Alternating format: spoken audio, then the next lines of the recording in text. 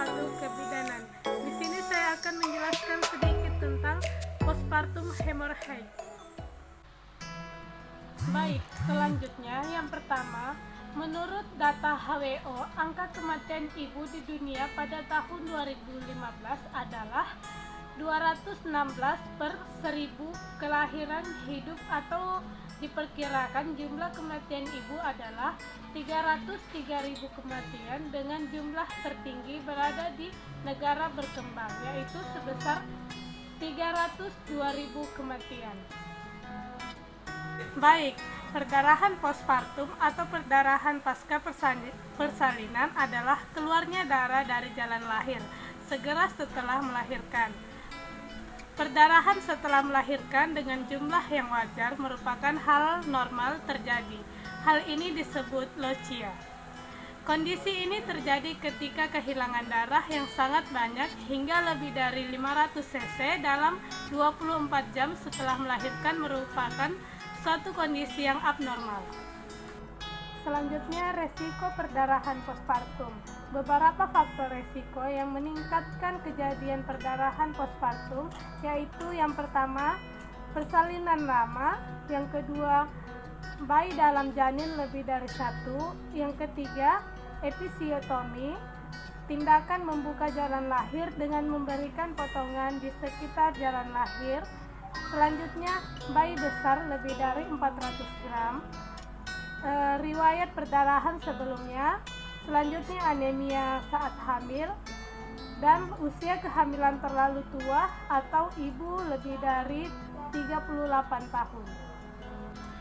Selanjutnya yang keempat, yaitu faktor pembekuan darah. Perdarahan yang banyak dapat menyebabkan kehilangan faktor-faktor yang dibutuhkan darah untuk membantu penutupan luka. Selain itu, mengidap kelainan hemofilia, yaitu ketika darah sukar membeku menyebabkan kelainan perdarahan pasca persalinan. Perdarahan postpartum dini adalah perdarahan lebih dari 500 cc yang terjadi setelah bayi lahir per vaginam, atau lebih dari 1000 mili setelah persalinan abdominal yang terjadi setelah kala 3 hingga 24 jam pertama.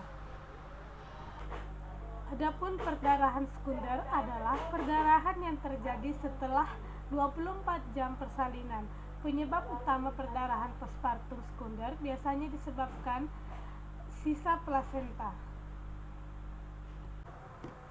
Baik, adapun penyebab perdarahan postpartum secara umum dibagi menjadi 4 penyebab, yaitu yang pertama, tonus atau kekuatan otot.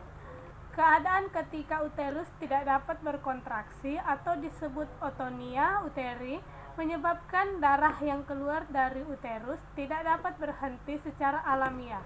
Hal ini menyebabkan darah yang keluar semakin banyak dan harus mendapatkan pertolongan. Yang kedua, trauma atau cedera. Adanya robekan jalan lahir karena bayi terlalu besar atau karena penggunaan obat pacu persalinan yang tidak sesuai dengan aturan dapat menyebabkan kontraksi terlalu kuat dan robekannya jalan lahir.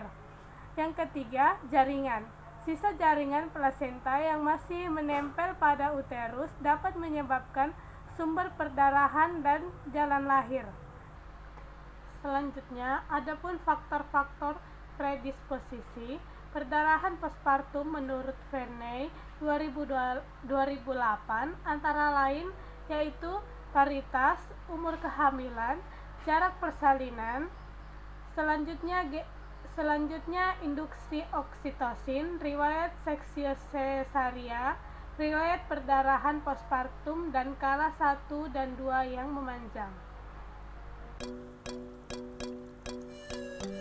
Mungkin itu saja yang dapat saya sampaikan. Kurang dan lebihnya mohon dimaafkan. Wassalamualaikum warahmatullahi wabarakatuh.